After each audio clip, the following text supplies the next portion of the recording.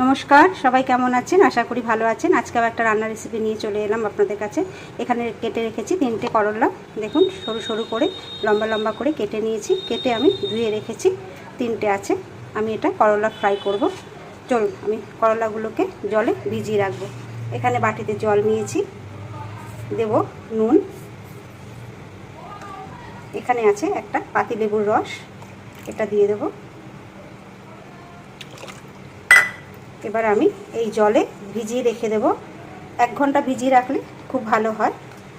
আমি যতক্ষণ পারবো ভিজিয়ে রাখবো, আপনারা চেষ্টা করবেন 1 ঘন্টার উপরে হলেও ভিজিয়ে যতক্ষণ রাখবেন তিতো ভাবটা তত তাড়াতাড়ি ভালো মতন কেটে যাবে।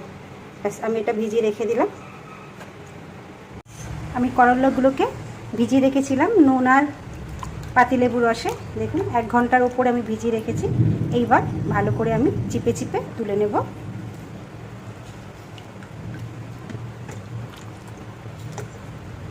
কত নরম হয়ে গেছে, আর তিতো ভাবটাও বেরিয়ে যায়।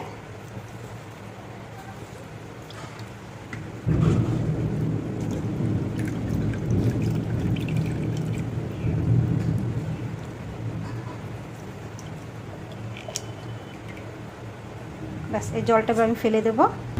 আমি জলটা ফেলে দিয়েছি। এবার আমি বাটারটা তৈরি করে নেব। দেব এখানে বেসন,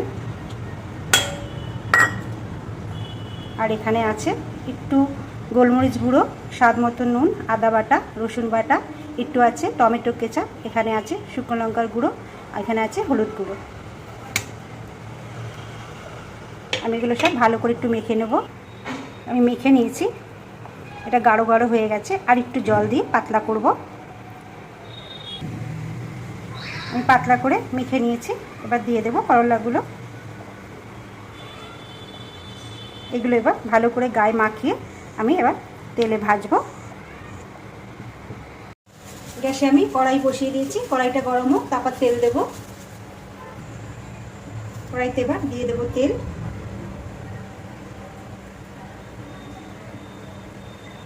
একটু ডুবো তেলে ফ্রাই করতে হবে, আর দেবো না। তেল গরম হয়ে গেছে, এবার দিয়ে দেবো উচ্ছে। এই যে এইভাবে আমি সুন্দর করে মেখে নিয়েছি, একদম গায়ের মধ্যে সব ঢুকিয়ে দিয়েছি মশলাগুলো। এবার তেলে দিয়ে দেবো।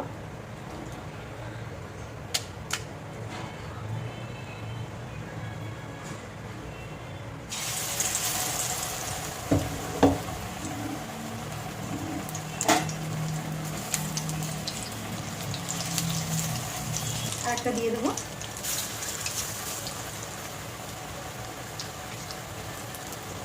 বাদ বাকি যেটা আছে সেটাও দিয়ে দেবো। আমি একটা উল্টে দেবো।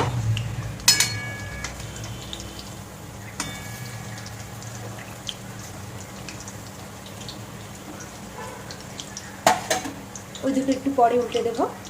এই দুটো উল্টে দেবো।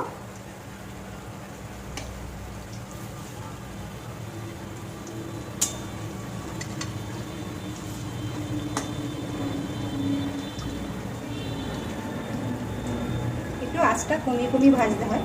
এটা বেশ গরম হয়ে গেছিলো, তেলে দিয়ে দিয়েছিলাম তো এক পাশে একটু তাড়াতাড়ি পুড়ে গেছে। ভিতরটা পড়েনি, ওপরের যে বেসনটা সেটা পুড়ে গেছে। আস্তে আস্তে হোক। চলুন, আর এক পিঠ উল্টে দেবো।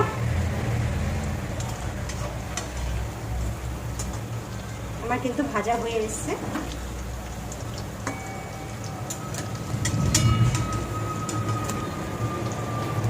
এটা ভাজা হয়ে গেছে।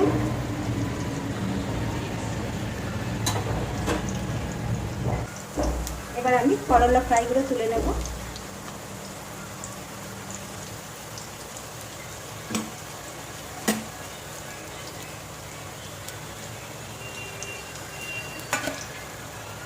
দেখুন,